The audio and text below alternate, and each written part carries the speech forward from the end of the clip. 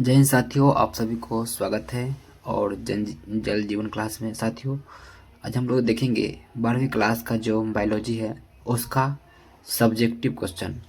3 question देखेंगे जिसमें होगा, आपको समझ में आएगा कि कैसे लिखा जाता है। ठीक है, तो पहला है, यह देखिएगा, जीवों के लिए जनन क्यों अनिवार्य है। ठीक है, तो साथियों आपको पता होगा कि जो जनन की क्या होता है, तो समझिए कि जीवों में जनन प्रजाति में एक ठीक है एक पीढ़ी से दूसरे पीढ़ी में निरंतरता यानी कि चलते रहना बनाए रखने के लिए आवश्यक है। ठीक है, ये तो हो गया। अब यहाँ देखिए, एक और फिर वह एक नया संतति। यहाँ देखिए साथियों, संतति का प्रयोग मैंने शब्द जो है संतान के लिए किया था। तो संतान को होता है। यह छोटा जीव समय के साथ बढ़ता है और फिर वह भी एक नया संतान को जन्म देता है। इस प्रकार जन्म वृद्धि मृत्यु का चक्र चलता है। साथियों, तो यहाँ से हम लोग ये देख लिए। अब देखते हैं ये जो क्वेश्चन है। अब क्वेश्चन 2 नंबर है कि जनन की अच्छी विधि कौन सी है और क्यों है।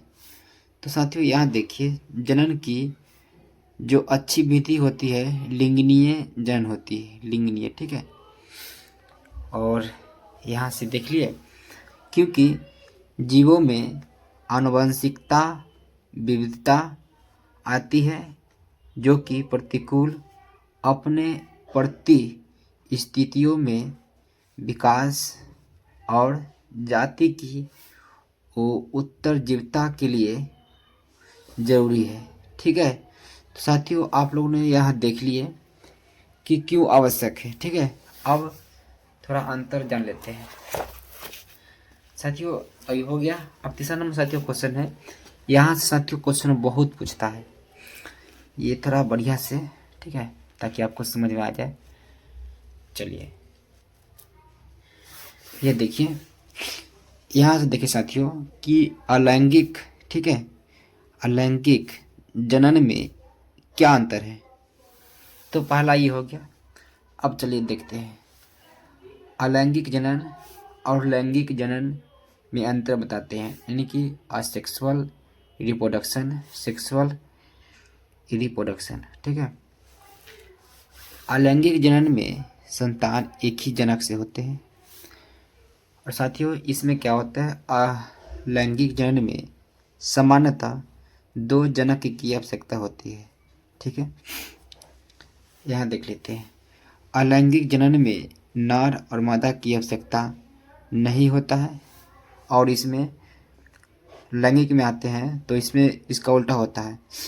लैंगिक जनन में नर और मादा की अति आवश्यक साथी इसमें जोड़ दीजिएगा, क्योंकि इसमें अति जोड़ दीजिएगा।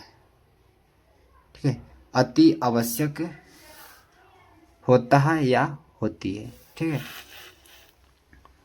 ये देखिए, इसमें जनक संतान जीव का आकार और ऋकीय और अनुवंशीय रूप से एक समान होते हैं।